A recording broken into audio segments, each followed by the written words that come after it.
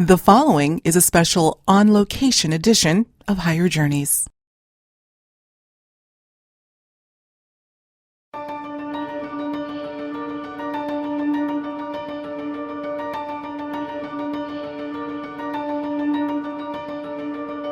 Despite the individuals who suggest that all phenomena, including contact with non-human intelligence, is nuts and bolts and can ultimately be explained, others insist it is metaphysical in nature.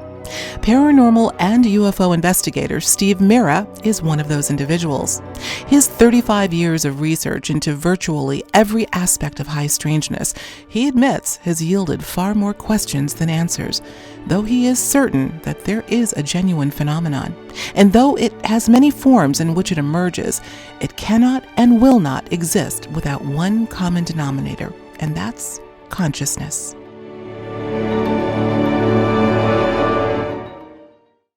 Well, so happy to be here today with my buddy Steve Mera, a renowned paranormal researcher based in the UK. We are, by the way, right outside of Manchester in beautiful Bolton, England.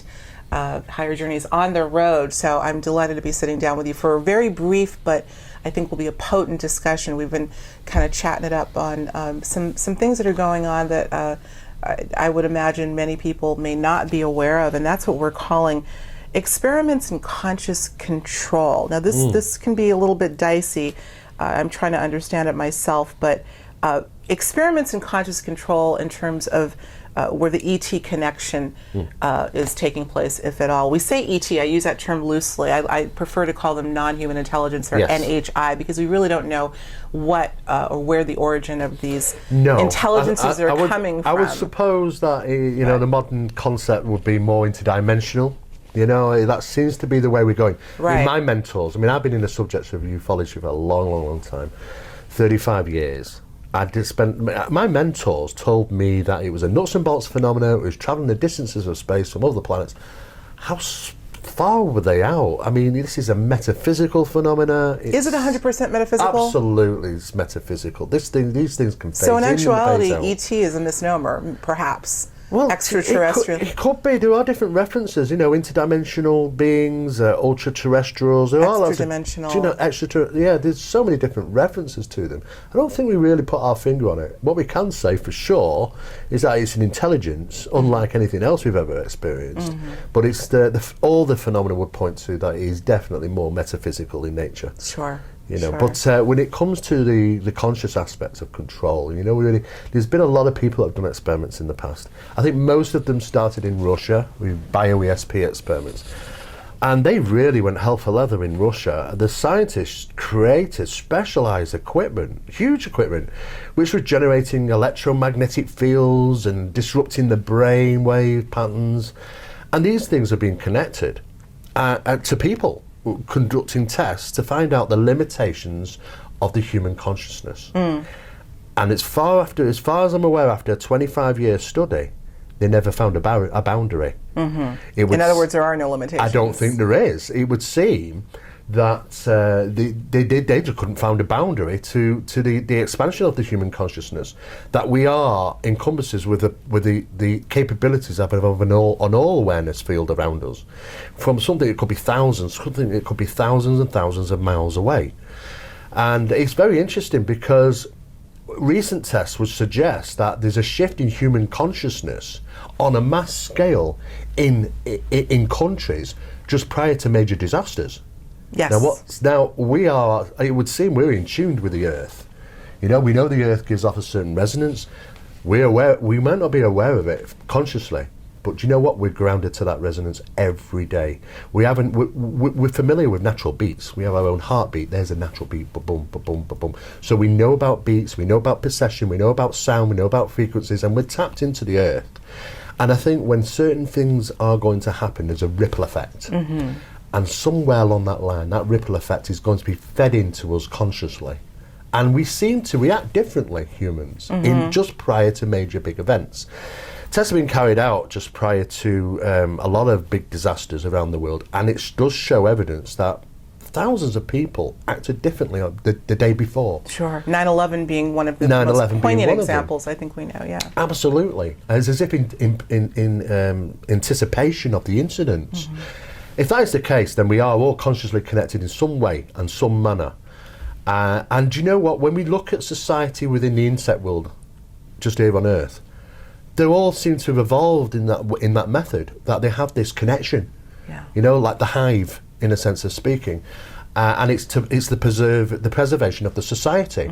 And maybe that's where we're heading. Maybe that to preserve the society of humanity, we have to have all that connection. And we are getting there, because we have to always ask the question, you know, why so large is our brains and we're not using so much of it? You know, I think there's playing fields there for us for that expansion and the time to come. And I think we are growing slowly. But, you know, maybe something one day will just be a trigger, just that we'll just get turned on. You know, like a button being switched, and all of a sudden we are suddenly flooded with all this conscious information of one another. Right. You know, and I think that could be overwhelming, though. It could be overwhelming, but I think at the same time, I think that's how our society, like today, has to progress, because the humanity has a lot of dysfunction, and I think that is going to proceed to a point where we could almost end up blowing ourselves up, because how many societies would have reached the level of technology that we have without destroying ourselves? We are living in very careful times now, because we are just expanding into a field of new knowledge, new areas of consciousness, about frequencies, about time travel, about all sorts of different concepts. It all fits into the quantum realm, but we have opened that door now. And the way we are, and we're pioneers and seekers of the truth, humanity, we always have been. We cannot help ourselves. It's like putting yourself in one of those rooms and say, don't press the red button. You know, you just could not help it. You can't help it. It's inbred in us. Right. I think we're always going to pursue that area now, to try and find out more and more and more. And these early experiments which were initially conducted on children. And the reasons being is that we found out that from a very early age, children are seeing a slightly different world than we are. Their concept, even their eyesight, they're seeing slightly more realm of the visual concept than we are. Our small area, we lose it. We get small as we get older. But children are, how many children do we talk about that have paranormal experiences? Absolutely. They see, you know, apparitions, and we're not, you know, those phantom friends, those make-up friends might not just be that. Oh, it sure. might be That's something been talked else. about a lot, And I think they have this more of an open aspect. So this is why these scientists in Russia started initially experimenting with children and wondering, you know, what is it that they've got different than us? What happens to us when we get older? Why are the blinkers added more so to us as we progress in age? And they focused on children's abilities. And they were immense. Children's abilities up to the age of 7 were fantastic. Up to 7. You know, up to 7 years of age. More in females as well than it was males, because we're wired differently. Yeah. You know, they realised very early on that men's brains are just wired completely different than women's, and I think most women will actually agree with probably that. You know. I'm not saying anything, but didn't hear it from me. You said it, not me. But they found that, you know, in children aged up to 7 years of age in females, that they were immense in regarding consciousness expansion. Now, those tests are probably carried on, and we do know that further tests went so far that there was a believable concept where it connected with an ET intelligence. Well, we say ET, another intelligence. Non-human intelligence. Non-human intelligence. Now, if we talk about the Montauk program, there's been a lot of speculation surrounding the whole aspect of the story of Montauk. Was it time travel? Was it was it trying to phase people's minds into a conscious reality, different type of conscious reality? And it would seem from some of the information that's been obtained that certain tests were so difficult to actually conduct on people, because they were so tremendous, these tests. You know, so bad in some experiences. But it was a whole point of developing the lack of fear of death, because we are, as a society, controlled by fear. This is the whole world is. And when we start to shed that fear, then our concepts can change. We have those boundaries. And they were trying to break through that barrier, the natural barrier of fear of death. And they managed to do so many times. But once they'd done that, they started to find that the people they were experimenting on were somehow consciously shifting.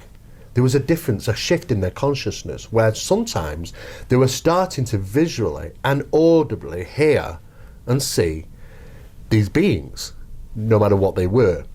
And then what happened, apparently from the next phase, was that there was communication coming through from another side, which was apparently a dual effort.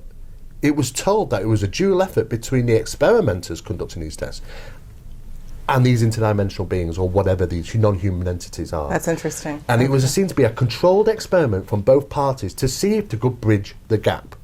Because it was believed that the realities around us, and there is a doctor that's just come out and basically said that a physicist from America, believing that there was a reality very, very close to ours, that we cannot see it, or it's there, but it's very, very close to ours.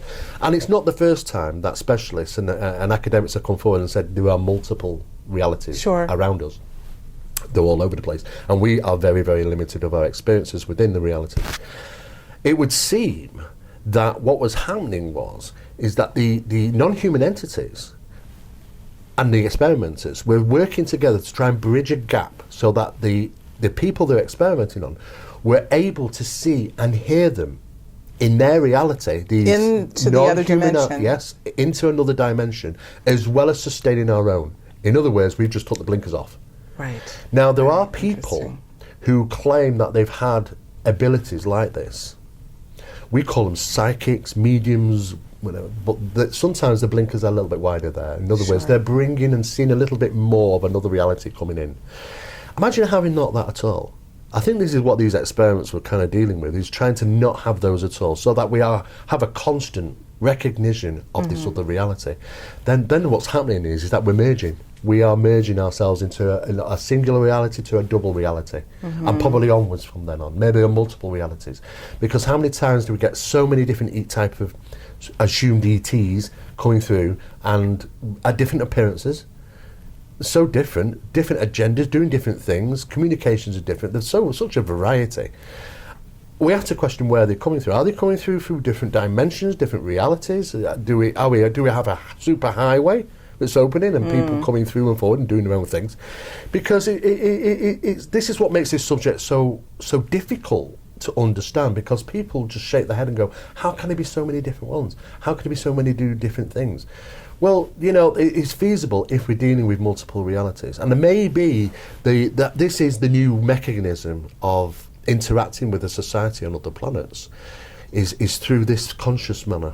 That they has to do it this way, rather than the physical come and land on the White House lawn, which will never happen. Right. Unless we conjure them. Well, unless we conjure them, we could conjure them through CE5 or. I think we can. I think it's no different than Fatima. I think when we've got the more people that we've got with a single thought of something to manifest, we can do it. It will happen. Yeah. Now, what was interesting during seances regarding a secret program known as Phenomena Project, there were certain tests that were being carried out of communication, and we were told information about a mechanism of items disappearing and reappearing. These are known as asports and apports. They happen a lot in hauntings and poltergeists, more so in poltergeist disturbances. And we were told that on their reality, now this is how it was explained, on their reality they make a blueprint of the room we're in and every item within it, and when they move that item in their reality, it affects ours. So there's kind of for every equal opposite action, there's a reaction. It seems that it happens to disappear or move in our reality when it's being done on theirs. Now, if you want to take the skull experiment, what was very interesting in the skull experiment, the 5 people that were sat in during this experiment were told what to do by communications from the other side, whoever they were. And they were told, turn the cameras off, turn the lights off, all sit round the table. You can touch hands, do what you want, but just sit in the dark all around. And it's a large table, 5 of them sat around it, all holding each other's hands in the dark, thinking what is going to happen next. And then a voice bellowed out from the darkness, turn the lights back on. So the guy stands up and he goes like this to touch the wall, and he can't find a switch. He can't find the wall. Eventually, he fumbles in the dark. He finds the wall and he's moving along. It took him ages to find the light switch. He eventually gets a light switch.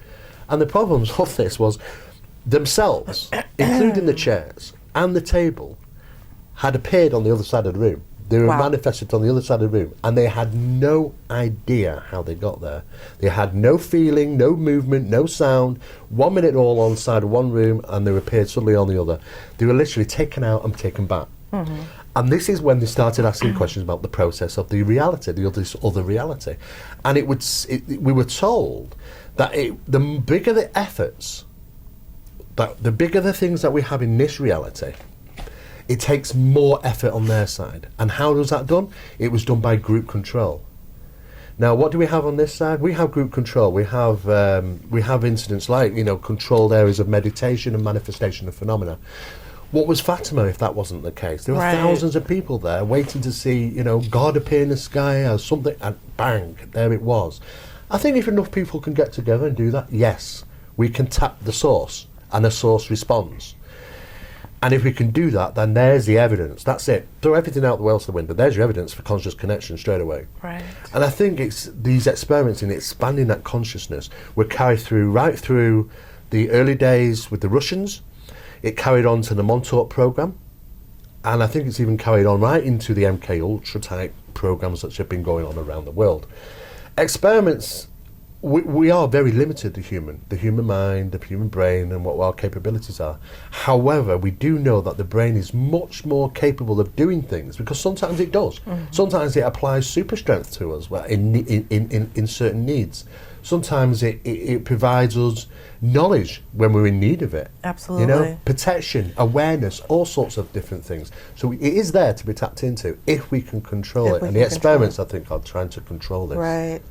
We're putting a lot of emphasis still on the brain and its capability, its intelligence, but I've done some research and in fact worked with the Heart Math Institute out of California on heart intelligence and the role that may in fact play in our gleaning information from universal sources, perhaps even extra-dimensional sources. Have you done any work in that area, and even more importantly, how heart and brain may be working in tandem to bring about information, making us virtual transmitter receivers? I've looked into some of this. Senders, receivers, yes, really. I've looked into some of this. Initially, I started looking into the research of the resonance of the heart and even sort of what people have referred to as the conscious side of the heart as a separate entity to the brain, because we've heard that old saying, haven't we? We rather control through our heart or our brain, you know, and we have this sometimes a confliction between them, ruled by the heart, ruled by the brain, and I've always said to people, it's what I think. I'm ruled by heart, to be honest with you, rather than my brain, because I'd rather what something is right or wrong. I think it's you feel it. Absolutely. And I think we've not got to lose control of that, because that really does ground us properly to making right decisions. I think when sometimes the brain takes over and goes, well, it doesn't fit into the normal society of things that we need to be learning and doing these days. Well, unfortunately, I think it's the right thing is to follow what the heart does. I know there's been research, it's been carried out into those areas, which is very interesting. But, it shows that every single thing that we have is a real needy thing, it's a process, and we kind of utilise all these things.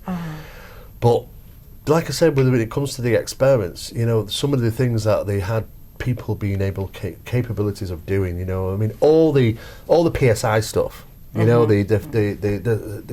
psychokinetic experiments, which used to be called telekinesis. That's right. Psychokinesis or telekinesis. Psychokinetic experiments, telepathy, all sorts of different things like this were being carried out, and were very, very successful. But what they managed to do is amplify the people through electronic means. Now, I know that in today's society, we're moving so fast forward that we cannot differentiate between science and magic. And this is something that Arthur C. Clarke warned us about many, many years ago in regarding any physical intelligence that might come here and visit planet Earth, because we might not be able to discern the difference between what is technological, advanced technology, the magic. And it's the same thing that what natives may have done that many years ago in these places, secluded places around the world, when they first met, man, when he turned up on boats and with guns and things like that. They probably thought, oh, we were gods and they had this special magic. Absolutely. Yeah. And it's the same thing. Now, the problem of this is that we've moved into society now so fast in technology, then warning signs have to flag up. And just prior to, Stephen Hawking, who passed away, not too long ago, and it was such a shame, but just prior to him passing away, he gave warnings to the world. And said, and one of those biggest warnings was to SETI, to say, we've been listening for a long, long time, space. And that's okay. It's okay to eavesdrop. You learn a lot from eavesdropping. You can ask some of their neighbours, they tend to do that. But it's a whole different kettle of fish when you start to transmit. Right. And this is what we're doing now. We're sending signals out into the deep regions of space and saying, hey guys, we're here, we're friendly and we want contact. Well, we all know how that ends sometimes when a more advanced society comes and literally obliterates the previous society, and their impact is so hard that they're literally wiped. The society's wiped. It's a natural process that tends to happen over and over again. We've seen it happen on planet Earth between one nation and another over the years, and that's the biggest problem. That's the biggest fear, because now we're actually pushing that information out there. We're saying, well, we're not in control of that. Should something come, can we protect ourselves? Have we got resources? It could be dangerous. But then you talk to the guys that run SETI and do their experiments, and they say, well, space is pretty quiet, more quiet than what we'd expect it to be. But then what we're finding is that space is not exactly as what we initially thought. Right. And there's new information coming forward now that, it's a lot more about resonance and frequencies. And really the old methods of sending a signal out in space, it might not even be recognised that to societies that are so advanced. It might just get lost within the hush. So, hopefully that signal might never get picked up, should we say.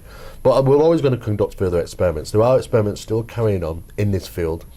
Teleparagenics is another one, which is being able to combust items by thought. We already know there's research in the field that you can create someone's heart rate go up and down, just simple by thought. In China, they allegedly managed to diminish tumor growth simply by the power of, it's like faith healing, really. They're willing it to go, and it's being filmed on a screen, and you can see it literally diminishing within minutes. Yes, yeah. There's so many things in regarding technology that we're on the cusp of this, and it's it's like a cliff and a blind jump of faith into this area. But we're unfortunately, it's not our choice. We've got something behind us pushing us, and we're going to have to take that step into the unknown and throw ourselves to the wind, really, in some of these aspects. It was Nikola Tesla, I believe, who said something like, I'm probably botching the quote, but if you want to understand the secrets of, or the mysteries of reality, you have to understand frequency.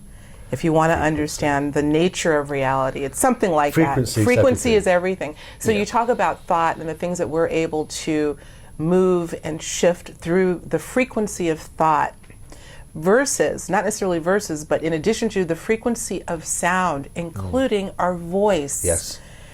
That is all. It has always been fascinating to me. It's hidden the in plain vocal sight. cords and frequency, because guess what? What you're speaking first emanates as a thought, yes, which has a frequency. Oh, the absolutely. Vocal cords have a frequency. Combined, what happens? It's hidden in plain sight, Alexis. When years ago, when they said there was power in words. Yes. I'll give you a prime example.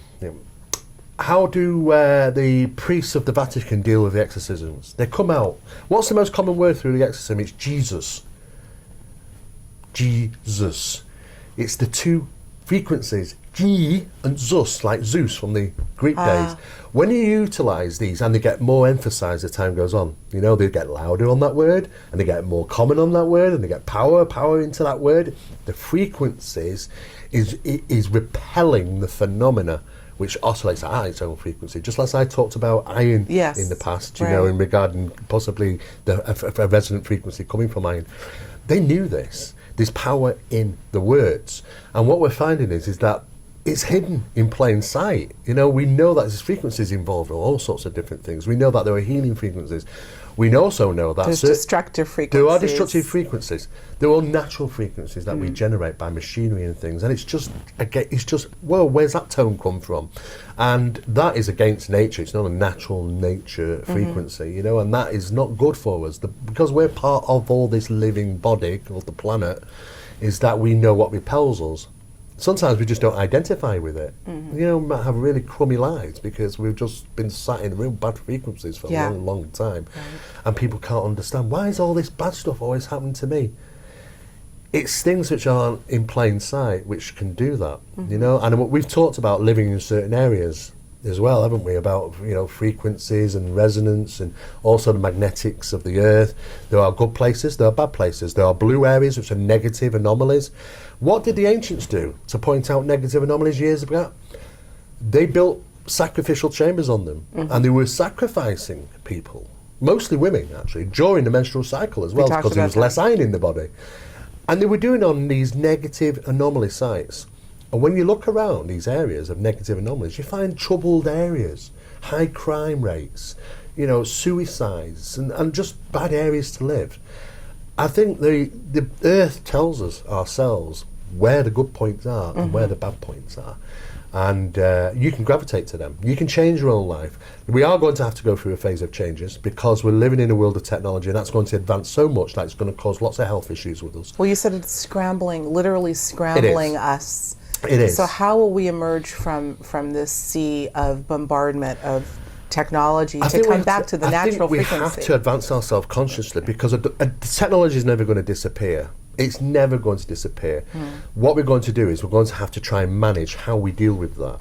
Now, in today's society, we can get things which we can help deal with the strange magnetics and radiation that we're in constantly bombarded with. We can get filters, we can get things, and we can make our home a nice little place, which basically shields us away from those environments. However, there's no escape from it. Right. So what we've got to do is we've got to try and work out how we're going to get above this, because it's the biology. We're limited because with our biological bodies. The brain is so much more.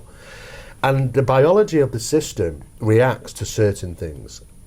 And we've got to be able to manage to. And what they'll do is they'll create some more form of technology to counterbalance it.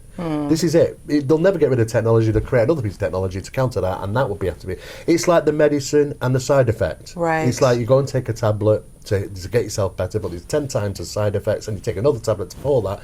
And this is what the process has been. It's called bricklaying technology.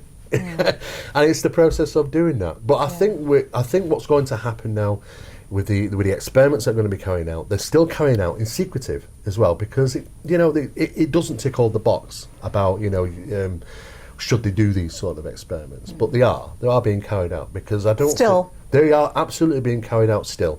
I believe there are secret programs that do go on, and not just in the US and UK and the other places in the world, the advancements in biogenics. And we do know that there are positive things. There's Nova Biogenics, which is an organization in America, and they can kill cancer cells from 100,000 hertz to 300,000 hertz. You can literally see these things being destroyed on film as it happens. That's a positive area. The negative areas will be also used for, implication into military and complex and stuff like that. There are always things, they like to mess about with things and find new areas. But at the end of the day, there's no escape from it. But those experiments are continuing, absolutely, because we haven't reached the limitations of our consciousness. Right. It goes on for a very long time, maybe even further than what we might be Absolutely. They say the sky's the limit, and I say that's probably wrong. I think there is no sky. Yeah, I think ultimately, it goes a lot further. Wow. I like to think, Steve, of this thing I call inner technology or inner Wi-Fi. I mean, we use the term technology. We tend to think of it as, having a hard case and have keys and software, etc. But I think ultimately we are virtual technology, are we not? We are. I mean, you know what? We're the biggest society. I may have to admit, I'm gullible. We're all gullible because we're influenced so much by new things, new toys, new gadgets, that we've got to have them. you know, and we don't question everything, you know, and we should always question everything. But there is a control. There's always been a control, you know, and keeping us buying. Right. And that creates income and money and trillions of dollars, and that creates greed, unfortunately. And of course, the program goes on and on and on. But we are going to get to a point where we're going to have to break free. Yeah. And by doing this, I think it lies within ourselves. I don't think it's a technology, exactly. it's within ourselves. I was just going to say that I think it's going to have to be just a fervent quest through curiosity, through understanding who we truly are, and getting back to some of the foundations of self. We know we have the capabilities to heal ourselves. Yes. There's and I think people are that. doing that. Absolutely. And I think we have to control us. We have to control ourselves and come back to the reality of our conscious selves, right, and understand it and recognise it and utilise, because it's there. All the gifts are there. Just atrophied. That's it. That's exactly it. And that's what we need to do to counterbalance this. Wow, great. That's the way forward. This is great. Short one this time, but I promise you there'll be more of Steve Mera on Higher Journeys. So again, for our not so short trip, we just got here a couple of days ago. We'll be here for about a week, and we'll be bringing you some more interviews. But thank you as always, Steve, and we'll be seeing you probably next at Contact. When are you coming back over to the States? Well, I'm there in February. I'm at the Conscious Life Expo. Oh, we'll see you there. And, fantastic. I think there's another expo to go to. New Living Expo. That's New Living Expo. Yeah, absolutely. And there's another one they keep firing through. But, yeah, fantastic. I'm looking forward to the trip in there. So. Well, I appreciate all that you're doing for us and helping us break through so we can start to work with our inner technology. So with that, I will say thanks once again for joining us. Thank you. Thank you very much. We'll see you all real soon. Take care.